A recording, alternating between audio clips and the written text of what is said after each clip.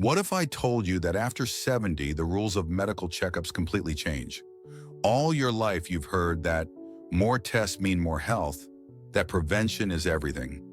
But there comes a moment when that same strategy can work against you.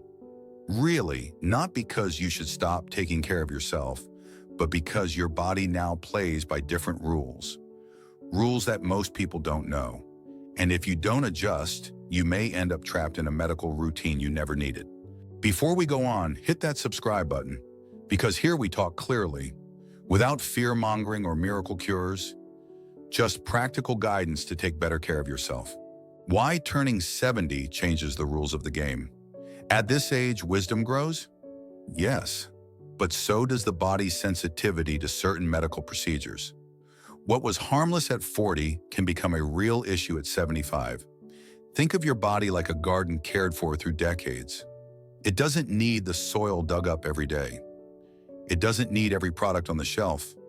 It needs calm, observation, and thoughtful pruning. And remember, we don't all age the same way. Someone at 80 may have more energy than many 50-year-olds, while others live with chronic conditions or reduced kidney function that make even a simple test have consequences. That's why your functional state, not your birthday, should guide your checkups. How you move, how you think, how you enjoy your days. That is what matters now. The most common mistakes after age 70. Many people end up inside a long chain of tests that started with a tiny just in case. And those just-in-case choices come with radiation, extra medications, and unnecessary worry. Here are the mistakes that show up again and again. Error 1. Assuming a CT scan is always the best option. A CT scan sounds precise in advance, but one single scan can equal 400 chest X-rays. Yes, 400. And when you look that deeply, something always appears. A tiny spot, a shadow, a nodule. Then comes the roller coaster. Let's repeat it in 6 months. Let's do another test. Maybe we should biopsy. Before agreeing to a CT scan, ask yourself, 1. What real risk is this test trying to detect? 2. Is there a less invasive way to check? 3. Will the result actually change my treatment, or is it just for peace of mind? Because peace of mind that causes harm isn't peace of mind anymore. Error 2. Forgetting that contrast dye can affect your kidneys. After 70, kidney function may decrease even if you feel perfectly fine. Contrast dye, iodine or gadolinium, has to be filtered out by your kidneys. If they're not working at full capacity, the dye can accumulate and trigger contrast-induced nephropathy, a form of kidney injury that shows up days later as fatigue, swelling, general discomfort. To protect yourself, ask for recent kidney labs, creatinine and eGFR. Ask if the test can be done without contrast. Hydrate before and after if the test is unavoidable, and always read the informed consent carefully. Don't sign without understanding what you're agreeing to. Error 3.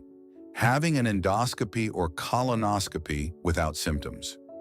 We live in the just to be safe era, but just to be safe doesn't always mean safer. Complications increase sharply with age. An 80-year-old has about 4 times higher risk of complications than a 50-year-old. When does it make sense? Persistent abdominal pain, chronic reflux, bleeding, trouble swallowing, strong changes in bowel habits, important family history of colon cancer. When does it not? When you have no symptoms and just want to check everything inside. That's when overdiagnosis appears, finding tiny abnormalities that never would have harmed you, but lead to more tests, more fear, and sometimes more procedures. Error 4. Thinking a full-body checkup is the ultimate solution. It sounds great, a giant test that reviews you from head to toe. But up to 60% of healthy older adults show incidental findings, little spots or calcifications that don't mean anything. The problem? Once found, they trigger more tests, more radiation, more anxiety, more decisions you didn't need to make. And they're expensive too. Ask yourself, Do I really need to know about things that will never affect my life? Medical information doesn't always give peace. Sometimes it weighs you down. Error 5, letting one questionable lab value fill your drawer with medications. It starts small, cholesterol slightly high, glucose at the limit, blood pressure a bit elevated. You walk out with a prescription, then that medication causes heartburn, so they give you another. That one causes fluid retention, so they add a diuretic. Welcome to the prescription cascade. People over 65 make up less than a third of the population, but consume around 60% of all medications. Before accepting a new prescription, ask, will this improve my quality of life or just correct a number? Can we try lifestyle adjustments first? Are the side effects worse than the original issue? If this is helping you make sense of things, hit subscribe. We're just getting started. How to make good medical decisions after 70.